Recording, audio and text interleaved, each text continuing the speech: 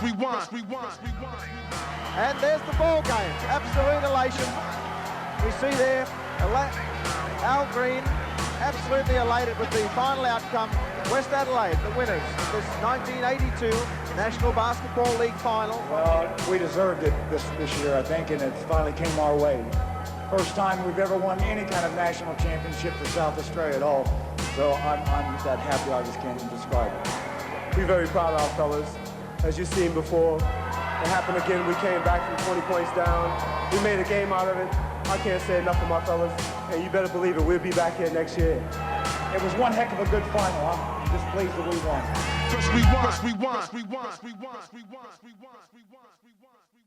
Hello, everybody, and welcome. It is NBL Rewind, and Liam, it's taken too long, to be fair.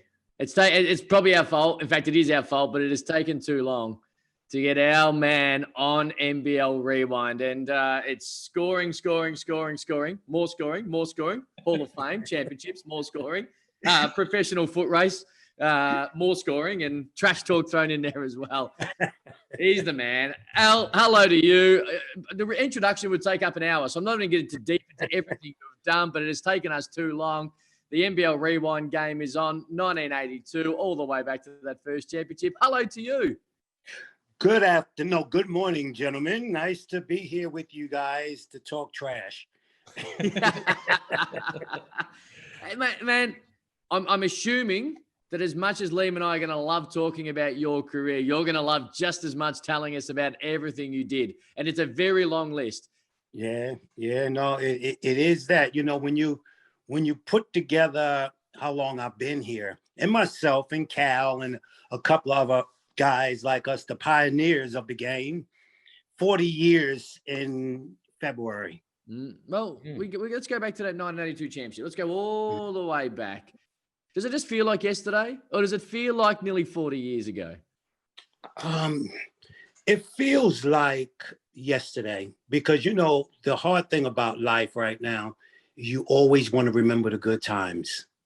And it feels like yesterday. I remember the good times, you know, with the guys that won that championship, myself, Leroy Ray Woods, Peter Allied, Ken Richardson. And, you know, we catch up sometime. And it's always good to see those guys because that was our first one. That was my first one. Mm-hmm. And, you know, those guys will always be good friends of mine and, you know, great teammates. What do you remember, Al, about that championship run? MVP season for you, dominant. Yeah. What do you remember about that championship run?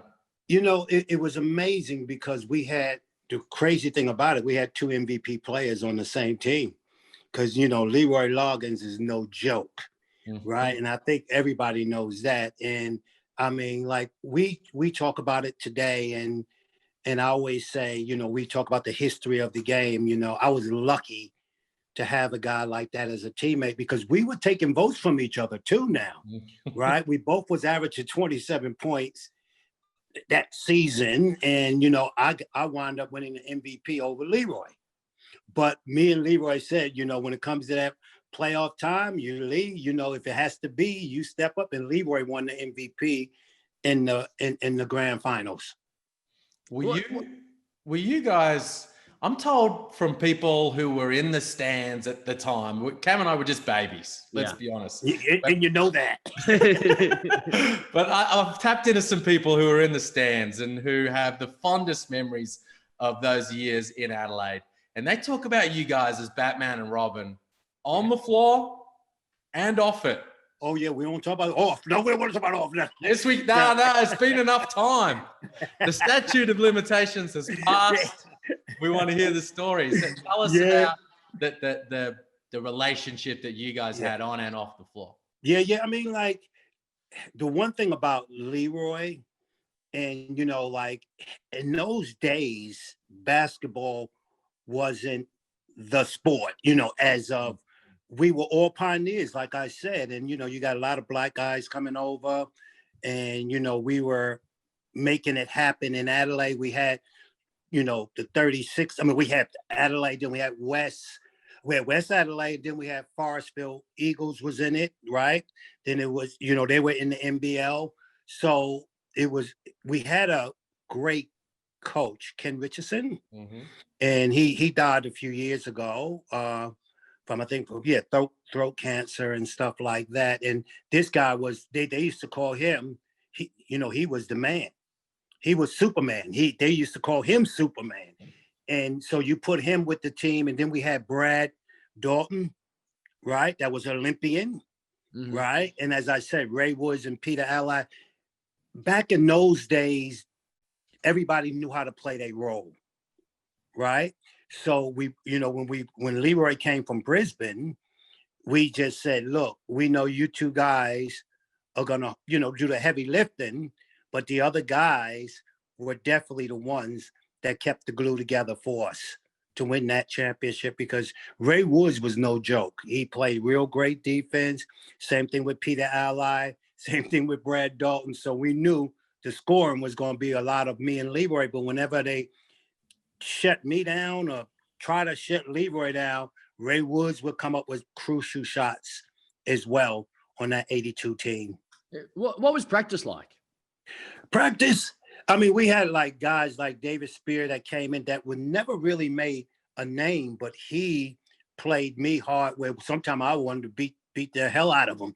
I mean, I said, get off me. You know who I am, but it was great because that kid never stepped back. David Spear, I mean, even to the day I see him, I got full respect for him because he was only young too. And it was Mike Mackay there. He was even younger.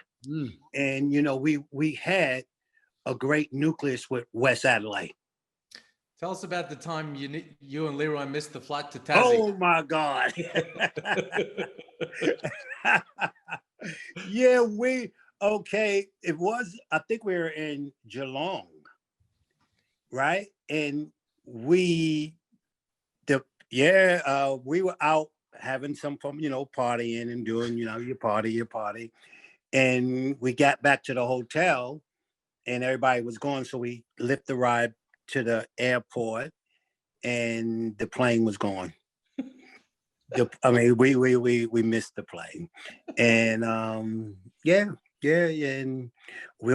we got flat Ken. No, it was Ken Richardson. No, was that the next year or was it the year that? Yeah, because I think that was the second. I think that was 1983. It might have been. 83. Runner-up MVP. Yep. It was 83 because championship hangover. Yep, there you go. Yep. And we missed it. It was a long championship hangover because we were partying. But that's back in those days. That was the goal. I'm not gonna fake the funk on the nasty dunk. It was like, yo, man, after the game, I mean, we're talking before the game, the strategy, what we need to do to win. And then after the game, it was like, yo, what you wearing? Because we're going out to party. And that's what we did. It was a situation where Australia was new to a lot of us. I know for me, it was new. And the winning a championship, the second year being there, and in the third year, we were still celebrating. Is it true that through missing that flight, that the pressure was on to win that game in Tassie? Yes, and Big Andy Campbell hit a jump line foul shot, and we won the game by 2 or 1. Thank goodness you did. Yeah. And believe me, thank goodness, because they were like it was Ken Cole coaching us then, and he went crazy. He was on us, and me and Leroy had to wear it. It's one thing that I've always learned, even in high school and college. If you mess up, man up. Man up. Y'all say, hey guys, I'm sorry. Me and Leroy both apologize so much because we know we did the wrong thing. We shouldn't have missed that flight, and it taught us a big lesson. Cam, you spoke off the top about scoring. Yeah. We need to start talking about 1984. I agree. That's when the scoring just went to an absolute insane level. Yeah, it was funny. The thing that happened, and this is how it happened. We were playing Newcastle, and Newcastle, like I wasn't really doing, I was, having a good year. I was probably averaging 23, 24, maybe even 25, say. Leroy left. Remember, he went back to Brisbane, right? And, you know, we didn't have the team we had, because you lose Leroy, you're losing a bit. And matter of fact, we lost Brad too. Brad Dalton. I think Brad left as well, right? Because that's when we had Andy Campbell, right? And we were, we were we were good. We were good. We were still going to make the playoffs and all that. And I go, what happened? We were playing Newcastle. Newcastle, try to, okay, let's play them rough. So I'm like, that's fine. Then one of the players cheap shot me, right? Mm-hmm. And I lost my mind. Like, I thought I was back in New York City in the ghetto. You hit me, you swing on me, we going down. You know what I mean? It's on, right? And I didn't even swing a punch because everybody grabbed me. And I got mad at my teammates. I said, don't you ever grab me again. Because when you grabbing me, he's swinging at me and I can't do anything, right? And they said, no, Al, we didn't want you to get in trouble. But they still suspended me for 2 games. And I'll go, wait. But look, they said, just the way that you were trying to get at them, we have to set a presence and make sure that never happens again or whatever. And I was really, really upset. I was really upset because I've never been suspended for fighting in a game, but I'm not going to let you punch me. And they sent him on the court for that. I remember, right? And I go, okay, cool. And I was so upset that I said, look, I'm going to turn this lead upside down. I said, because you know what? Can't none of y'all guard me. I don't care who you are. You cannot guard me. And then that's when I went, like you said, 1 week, or I think it was like 3 weeks in a row, I was averaging 50 points a game. Right? And it was just me going in there saying, the coaches was, sitting up there. I go, y'all can't guard me. I said, coach, you want to come on out here and get some of this? Y'all can't guard me. I'm trash talking. You can't stop me. And I had that. I was in the zone. What's it feel like? What does it feel like? It feels like they can't stop you. You just roll up and you're like, I'm just going to drop 50. I'm going to drop 60. I'm going to give 70. Like, that must just feel like an amazing situation. Yeah. And the thing with it was like my teammates, and it wasn't like I was shooting shots and I was shooting 30%. I was shooting 57 and, I was shooting high percentage field goal percent shooting. You know what I mean? Because I always said, if I'm 0 for 10, I'm not shooting no more. You know what I mean? And some guys like, I'm still shooting. I've always had in my resume of playing the game is to do it in the right way and don't become a hog, right? But even though I was scoring, I was shooting on a good clip. And that was very important to me. 25th of May, 1984, in Frankston. Yeah. 71 points, a record that stands to this day. Tell us about that night. You know the funny thing about that? If you look at the game before, I had probably 50. I had 50. So, like, I was talking to the gentleman that had the record, Reggie Biddings, at that time. And, before he died a couple of years ago. And me and him was in the car talking. And he goes, yeah, man, the only reason you got my record because of this. I said, Reggie, you got to remember one thing. You had 61. I had 61. I had 59. I was continuously on the mark of breaking all records because it was going to be a day that I even got hotter.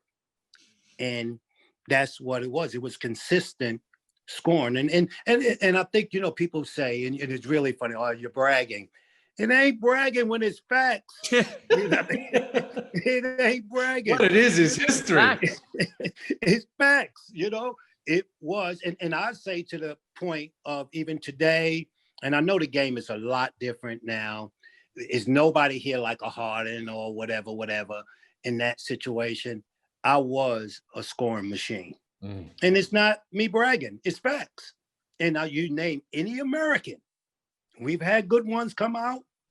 in the Australians, I laugh because Andrew was the man. You know, we're talking about scoring, but I used to always tease Andrew because, you know, me and Andrew are good friends. I said, it's a difference when your dad's coaching too, Andrew. Because I know Warren Giddy and them, if they missed you on a couple of back doors, they're going to be on the sideline talking to your dad. You know, and I'm not taking nothing away from the great man. You know what I mean? You know, Andrew's my guy. I love Andrew. I love his the way to the game, the way he played the game. He played it in good spirit. He played it in always smiling. But I guarantee you, if you missed him a couple of back doors, because remember how they used to run their plays? Yep. It was always the first cut coming off the screen, second cut, you know what I mean? But you always made sure you had to look at Andrew, but not taking nothing away from him. He would probably be that person that was, you know, scored a hell of a lot of points, did great things, and he did it for Australia too. What was your main strength? Like, you're on the court. What do you think your main strength was, in particular offensively? Quickness and strength. With the smaller guards, I was just as quick as them, but then when I got in that position to overpower them underneath the basket, that was my strong point as well. And then I could mix it up with the bigs under there as well, because I'm left-handed, and that kind of, and you know, like a lot of them said, oh man, you used to hit us with an elbow and go up. I go, look, I know how to, you know, because some of those big guys you couldn't jump over. So you had to go into their chest and let the referee dictate who's drawing the contact. So a lot of times I played off that. Quickness and strength. I'm going to say that's the reason why you got drafted into the NFL, despite never having played any football. Yes. That was really a time in like when I was younger, that I went to LSU. I transferred from NC State to go to LSU, and you know how you're in the cross line fire of your life to find out which way you want to go. And I love basketball, and I felt that I got a letter here at home from the Dallas Cowboys, right? From the Dallas Cowboys, and you don't take that. And they basically told me that they were going to draft me in the draft, right? And because they had me run the 40-yard sprint, you know, the little sprint thing they do for the football players. And I ran the second fastest in the country, right? And this is when I was at NC State. Then I transferred. So when I transferred, they had that in mind. And when I was at NC State, they said, can you run? I ran it. And then they said, can you jump? And I had like a 40 vertical jump, right? And they're going, wow, okay, that's all good. You know, and this is when Dallas was big. Dallas was off the hook, right? And so I paid it no mind. But it was like the San Diego Chargers there, the New York Giants were there, the Dallas Cowboys, and there was another team there. But the Dallas Cowboys told me, we're going to draft you. But the Dallas Cowboys was hoping nobody get me so soon because I never played. So I couldn't go high up in the draft, right? So then when it happened, I was, you know, like they had the reading, and I was at LSU then, because you know how they do that. And there's always a year before when they do all their drafts and all that. And when I was at LSU, they said Al Green from LSU is drafted to the San Diego Chargers. And the football players went crazy. They were like, because LSU is a good football team. A good football team. And they were going like, wait a minute. How they draft a basketball player over some of you guys at LSU? And one of my guys, he died as well, Greg Cook from LSU. He goes, he goes, man, we walking down at lunchtime, and we lived in dorms. You know how it goes in college. And we're walking to have lunch, and the football players were there walking too. And they were saying, he started laughing and said, man, that's a damn shame. Al Green get drafted and blah, blah, blah, blah. And some of these guys from the football, I said, Greg Cook, shut up. Because them boys were big and they were mad, right? Because some of them didn't even get drafted. They played football all their lives, played at a major university, probably one of the top teams in the country, LSU, right? Football school. And I got drafted. I said, no, man, I was honored as anything. And that's what happened. And then after I got drafted for football and basketball. I got drafted to the Phoenix Suns. So once I went, football kept, basketball did first in the next year. And I played at LSU. We finished up. So I got drafted in the third round with the Phoenix Suns and tried out, did what I had to do. Didn't work, right? The last cut situation. So I said, look, the football was still interested in me. They said, look, why don't you come out to our camp? So I went to a rookie camp. I did pretty well. I was really, really lucky because I had a couple of guys that played basketball in college too, but they were like Kevin Winslow. He played with San Diego. He's a Hall of Famer with the Chargers. His brother played out here in Australia, right? And me and him became really cool, right? Me and him was real cool. And all of the football players love basketball. So they would say when they had the days off, these are the veterans, hey man, we're gonna play ball. I got Al. Al's on my team. So they really, really made me feel at home, right? And then I came back for veteran camp. And basically the coach and them said, head scouts, and they said, look, you need to call your agent. I said, okay, cool, call my agent. Why? Because we wanna offer you a contract. I'll go, wow, okay. So call my agent. He came in and we're sitting there talking. We had dinner and we're sitting there talking. And then they told me how much. It wasn't a lot, but it still was a 2-year little deal. No, was it two-year deal? And I said, look, let me take it away. And then when I went back to the hotel, slept on it. You know how you wake up in the morning and you say to yourself, it's not for me.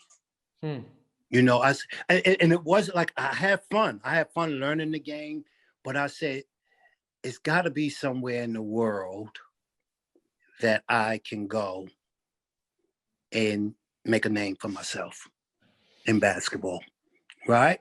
And then I said, okay, cool. I gave it, and they said, no, thanks.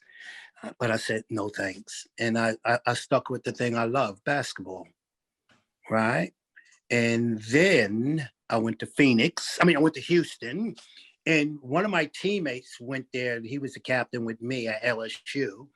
And they said, look, what's happening with the guard that y'all had, Al Green? He said, oh, no, he went to football, but he might be back. Does he want to give it another go in the NBA?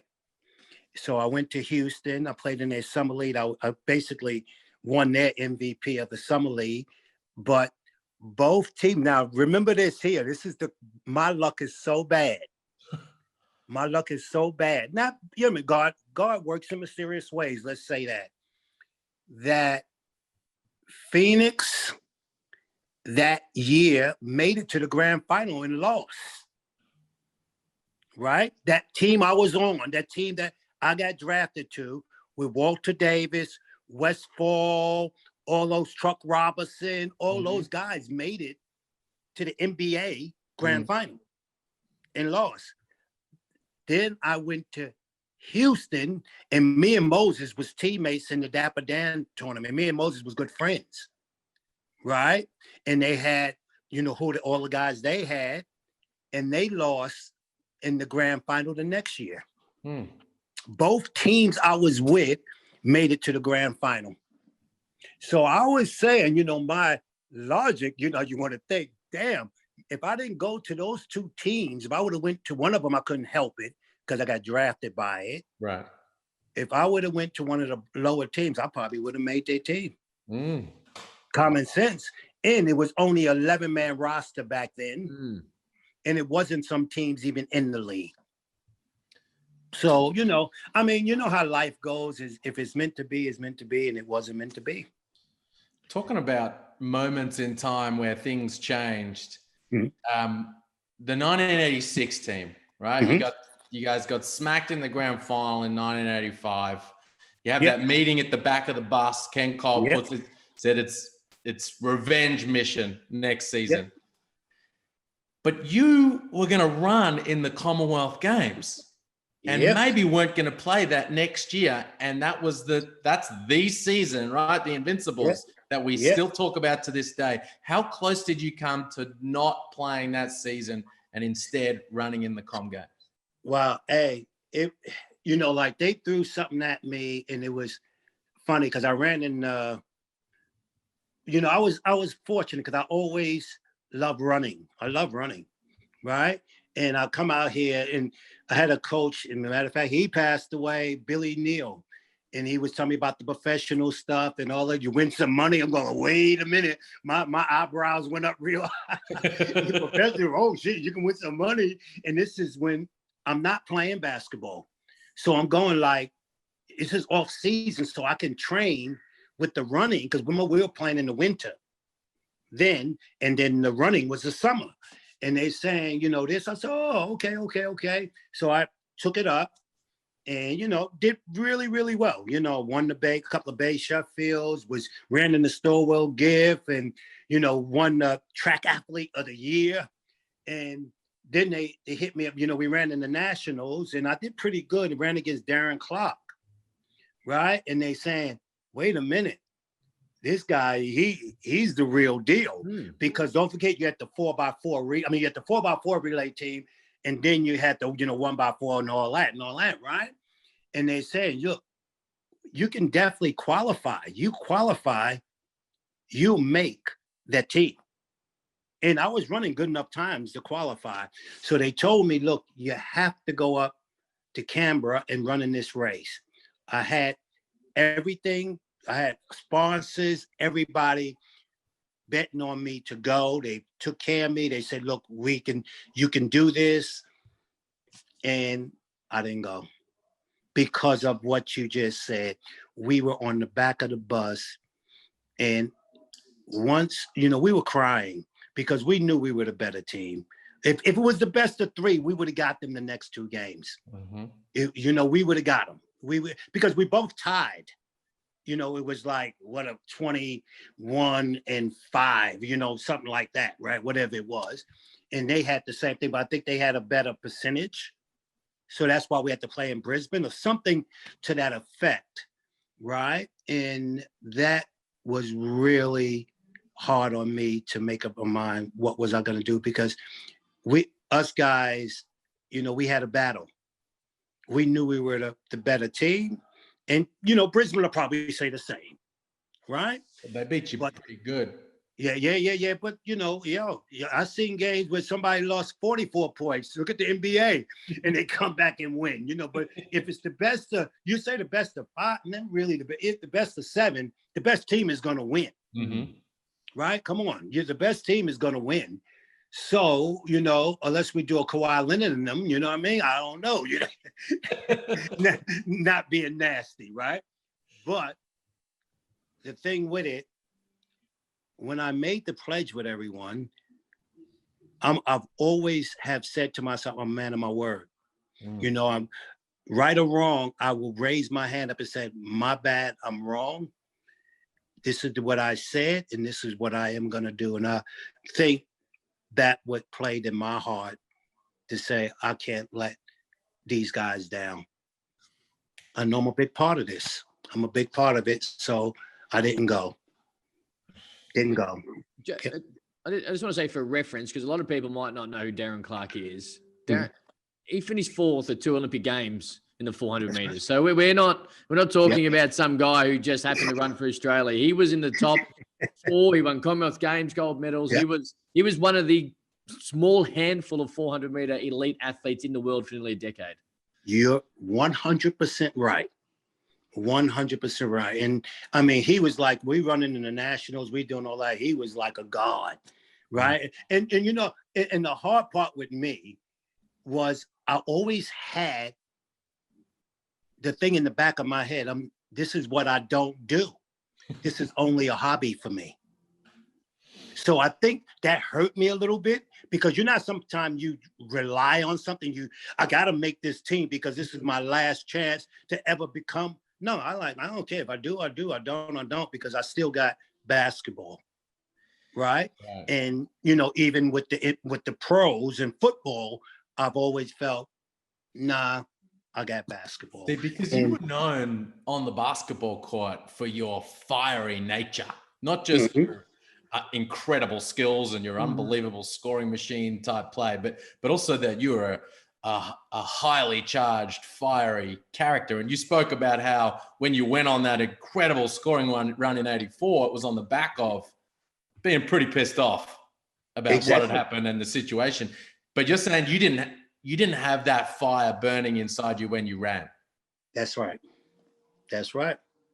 I always say, and you know something, I really kick myself in the butt for that, because I wonder how good a runner I could have been, or how good a football player I could have been, and I never took that extra challenge for myself. But I'm still happy with myself. You know what I mean? If that makes sense. I'm really, really happy I came out here and did the things I did out here for Australia in the game. And, you know, I hope I made it proud. I hope, you know, sometime we do things that is out of character and things get caught up and you say, but I always say it's best to be honest. Always best to be honest. And, you know, I just hope every time I went out to play, I played hard. Played aggressive, talk smack, but I played hard. That's actually a great segue, Cam, because now might be the time to talk to our man about Cal versus Al. And it's also a good time to mention we've got Cal next week. So you get the first word in. About that. Yeah, anything you say may be used against you in the court of Cal Bruton. Yeah, there you go. See, but I mean, these were at the time. These are the two best point guards in the country. Yeah. Every time you went up against each other, it was billed as promoted as heavyweight title fights. Yeah, and 85 grand final, 86 grand final, but all the games in between and around that. How much did you enjoy? And talk about smack talk. Yeah. You know, Cal. The thing with Cal really didn't talk as much, but Cal, he was a show pony the way he played. So he did his talking like the way he played. I used to get, you know, like me and him used to talk smack, because one time me and him really, really got into it, right? And you know, we walked off the court, you know, we hung out after, because that's all we did. The guys that came from America back in those days, we used to always go out together after the game. You know, we go to their town, they show us a good time. When they come to our town, we show them a good time, you know, vice versa. Now, the thing with Cal was from New York as well, right? And, you know, I played that kind of game. I played that ghetto game, that street game. He was more finesse, right? But I tell you this here about Cal, pound for pound, and I said this a long time ago, Cal was the baddest guy out here, pound for pound. He was a little tiny little thing, got beautiful handle, sweet jumper, and that's what he relied on, that jumper. And then if you close out on him too hard, he'll shoot by you and shoot a little floater. But, and this is what I say, this is my man, this is my guy, and I still get mad at him and I say, Cal, there's no way you should have made it in the Hall of Fame before me. I said, you or Herb, right? And I go, dude, I know it's politics. I said, y'all can't tell me I was the MVP. But boy, me and him was on the phone a month ago arguing about this. I said, y'all cheat. I mean, y'all, oh wait, y'all, I said, Cal, how can you win the MVP of the league and don't make the 5 All-Star team? Come on. You're going to tell me that the league wasn't jerking me, right? And, oh, no. I said, the only thing that stopped Cal from being really in that category as a first Hall of Famer was Cal was coaching. When Cal won that championship with Brisbane, he was coming off the bench. Come on, everybody going to say nothing about that, but that's my guy. Love him. But let's keep it real. Let's keep it real. Well, you say in 85, that was a series. Yep. Would have won. He thinks, I'm sure he thinks, in 86, if he started game 3, they win. Do you agree? Nah, because I was pointing my finger at him, dude. I was focused, dude. There's no way they were going to come out. There was no way they were coming out there with a win. I would have betted my life on it. There was no way. If I had anything to do with it, it was a situation. And you know what? Because you know how the old Apollo was. And like I said, that's my brother. I love him. I ran out and I was pointing my finger at him, and I waited for his ass to get off the bench. I waited for him. And then me and him we were going at it. He tried to make a little quick drive. I jumped in front of him. I'm like, this is the time the Jets are gonna have to come on, right? Brought the charge, got up. Yeah. It was our year, man. You know how sometimes you can sleep on situations and you say, man, you lose 2 games the whole year in that, during the season by 1 and 2 points, right? You're gonna tell me we don't deserve it? And if you psych yourself out not to make sure that you do it, that's your fault. And it wasn't going to be my fault. And he could say what they want to say. Herb and all of them could say what they want to say, because Herb was with Canberra. Canberra got bumped out by us, but Herb didn't play. This is what Cal's telling me. I said, dude, let me explain something to you. Why y'all going to rain on our parade? We were the Invincibles. We were beating teams by 40 points. We walk into a stadium, teams were scared. Because they're going to say, damn, how much we going to lose by? It was by like how much we think we might can win this game. No, how much we going to lose by? How fun is that? Love it. We had guys on that team that knew how to win. They put that team together with the West Adelaide guys. They had Bill Jones that did his job. Mark Davis was a young buck, and he was a man over boys. He was the chairman of the boards. Everything he swept off the boards, he kicked it out, and we were running and gunning. And that was, it was an awesome team. Did Ken Cole had you guys stay in a hotel in the city of Adelaide the night before that game 3 home game? Yes, sir. Damn, you got a good for a young person. You got a good memory.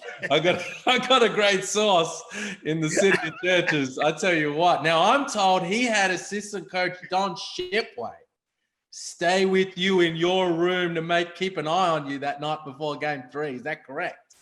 Yeah. Did you still sneak out? Hell no. Ooh. No way. I mean, we had a meeting because I didn't have a good one in that game. I did have a good game, all right game in Brisbane. We won that one. It was like we had the champagne on ice, right? That's how confident we was. And that's what happens. It slips up. We lost it. So I said, Ken, look, dude, we at home. We all good. It's Sunday. The game was Friday. That game we lost. I said, look, it's all good. No, it's not. I go, what do you mean? He says, this is what we're going to do. I said, man, I got my house is right there. I'm good. And everybody else is cool. No, he said, no. And I go, okay. I argued my point. He felt that it was too important to even look like we slipping up. Right. So what the coach said, we did. You know, we came out and we won the championship, had a good game. You know, we won it at home and we deserved it. It's no matter what anyone says, you couldn't take that away. And that's why we are classified as the Invincibles, because remember, 1 point and 2 points stopped us from having an undefeated season. Mm-hmm. And then that game too, which you bounced back from. You mentioned coming out in that game. Yes, sir. Did you know that Ken had organized for your name to be called out last in the introductions by the court announcer out on the floor? Because I'm told when the number 15 was held back to the last spot, that crowd lost its mind. Yeah. Yeah. It brings shivers to my body thinking about it. You're right. Because, you know, it was like that curtain. It was so for the old Apollo, right? That curtain. And, you know, we, and they say, yo, I'm like, you're number 15. I'm like, yo, shit, my number's up. You know, you call out Mark, and Mark is number 33 because they went by, you know, number 1, 2, whatever, you know, going through the ranks. And I go, what? Oh, okay. But I'm there. I'm like jittery. I'm just like moving around. Then when they said the Mean Machine, Al Green, I'm number 15, I like, I was like hysterical. I don't know what came over me, right? Mm. But I said no. I said no, not in my house tonight. Not in my house tonight. And I started pointing at Cal. And I was pointing at him, and and he knew when he was on the bench, I was pointing at him. bring your, excuse the language, bring your butt in here. Come on. Yeah, no, but it was awesome days remembering that. What was the celebration like after that one? Man, it was party time in Adelaide. We had the key to the city. We had the key. And matter of fact, I think that same year, if not mistaken, I think the Crows might have won. And the girl volleyball, netball or somebody, I think that year Adelaide did really well. I think they did really, really well.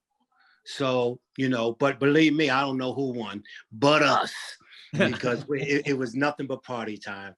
Speaking of winning, and this will play better for the people watching on YouTube rather than those listening to the audio on the podcast, but can we get a little bit of a closer look at all that stuff behind you?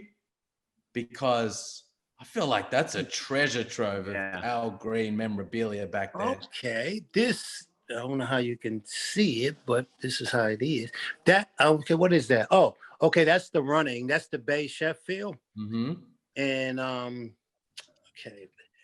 I got some other little pictures here, if you could see it. I don't know. Am I turning the wrong way? Because you know me with the technologies. I have a picture here with Magic Johnson at his basketball camp. Oh, let's get a look at that. Right? Yeah. If I point it like that, can you see it? There you go. Man. Perfect. Yeah. That's me and Magic, and we got on there to my main man, Al Green. And then we got the one with the West End when we first joined up as a team. See them tight pants? They are tiny. They are tiny, you know what I mean? And then this is me at NC State with Walter Davis, Mitch Kupchak, and Kenny Carr that played with me at there. And then this one when they retired in the Hall of Fame stuff. And then on this wall, that's the Hall of Fame stuff. And then the 36ers stuff there. And then a little bit of my running stuff, right? With the Bay Sheffield, the one that I won in Glenelg twice. And here's that letter I was saying about with the Dallas Cowboys. Awesome. Amazing. Yeah. So MVP trophy? MVP trophy. Wasn't much, but this is, you're gonna laugh. It was a clock here, and this is it right here. MVP 1982. Hold on, a clock? Yeah, it was a damn clock. Hey, I got more the second time when I was runner up, because me and James Crawford tied for the MVP that year. and we got 750. We had they split 1,500. I think the winner got, and that was I don't even know who won it that year. Wells? Yeah. No, I think it was Owen the year before. 83. Owen Wells. Yeah. Was okay. It was Owen Wells. It was Owen Wells. Yeah. And me and James were runner-ups. And I got that. But for 82, I got a basic A clock. a clock. Does it still tell the time? Hell no. It's been, yeah. So, you know what I mean? Like, and this is another picture here at LSU, all SEC captain, and making the all SEC team, and what was it? All American, honorable mention All American in 1 year at LSU, my last senior season. Just a little bit of silverware, Cam? Just a little bit. Just a little bit. More than we got, Liam. Indeed. Hey, Al, what you let me ask you. You stay in touch with Nathan Sobey since he's moved to Brisbane? I haven't talked to him for a while. Have not talked to him. I speak to Jai, his the guy that his agent. Like me and Jai, because Nathan's where's Nathan's at, but I miss the guy. Nathan was awesome to work with. I love working with that guy. When he left, me and him, we caught up before he left and everything. And he's a good kid. He's a real good kid. I will always cheer for him, And we've done something that was great. And I've always said in my life, because I've had great people in my neighborhood helping me, and telling me things, and I always keep things in the back of my head because that's all I can do. You know what I mean? Only thing I can do is, until I go see now, is remember. And one thing like Tiny Archibald said to me, like you guys heard of Tiny Archibald? Mm-hmm. Yep. Okay. He's from the Bronx as well, right? And he said to me, Al, look like you're gonna be all right. Look like you're gonna do. You're gonna do all right. I've seen what you were doing in college, and we were playing in the Pro Rucker League, right? And he goes, but remember this here: the same people you meet going up, you meet coming down. He said, always stay humble. You got a nice smile. You got, you're a good man. I know I can see on the court you got white line fever. But when you get off, you got a good personality. He said, look, remember, same people you going up, you meet coming down. I go, yeah, damn, that's a good one. And then, you got other people there that you admire, and you try to, like even being with Moses, being with Magic, and some of the NBA guys that I've been lucky to share my life with that helped me. Magic didn't help me, but Magic respected me, right? And even though I didn't make it, if I see Magic today, he knows, Al, you're a good person. And I think out of life, that's all you can try to achieve is being a good person and being honest. I get in trouble. This is me. I get in trouble for being honest, because a lot of people can't take it. Can't take it. No, one thing about Al keeps it real. Keeps it real. And I'm not going to bullshit you. I'm going to keep it real. So, that's the way it rolls in life, and the basketball, and, my career, everything I've done. I hold my head up high knowing that I'm a for real guy. And that's why we've loved this so much. That's why we loved your career. That's why we love talking. That's why we love reminiscing and hearing those wonderful stories. And to be fair, we could probably do this for another 12 hours and not even scratch the surface. But there's no doubt it leaves us plenty more for the next time we touch base. Liam, any last words from you? Yes, I do have a last word. I've got a public service announcement to put out there on behalf of all NBL fans and the meme machine right here. Somebody associated with Frankston Basketball Association somewhere in a box somewhere has the vision of that 71-point game, May 24, 1984. Surely, look at my man's eyes just go bright. We all need to see the footage of that game. We need to get it converted. We need to roll it out as a Sunday showstoppers. And we got to track down the vision of that game. If Please you know do. of someone who may have it, talk to them and let's try and track it down. Yeah, I mean, that would be awesome. That would be awesome because, like I said, at the end of the game, I had an ice bucket of ice somewhere floating around, put my elbow in there, my wrist. I was so, nah. I mean, like, that's the game. That's the record. That's the it. record. We need the vision. Somebody's got to have it. Agreed. Yeah. Agreed. But I would say one more thing. And my cousin is a backbone of this is a true story. Abu Dhabi, not in the New York game, I had 101. Ooh. And he's a doctor, Dr. Watts. He's got a book. He used to play pro football, right? He even said to me, Al, you forgot the last family reunion we had, matter of fact, I went to his daughter's wedding in San Francisco. And we were talking about it, and he goes to me, yeah, Al, you forgot. Remember you had 101? And I go, Rob, I forgot all about that. He said, yeah, in a street game, I had 101. Yeah, we all forget those games. Yeah, you know what I mean? Yeah. I can't remember the time I did it. And remember, it's not bragging, it's facts. Exactly. That is the best way to finish. It's not bragging, it's facts. Al, thank you so much. No worries. NBL Rewind. We're going to do this again soon. We're going to do it again soon, man. We'll talk then. No worries. Good talking to you guys. Thank you so much for having me. Thanks, Al. Loved it. No worries. Take care.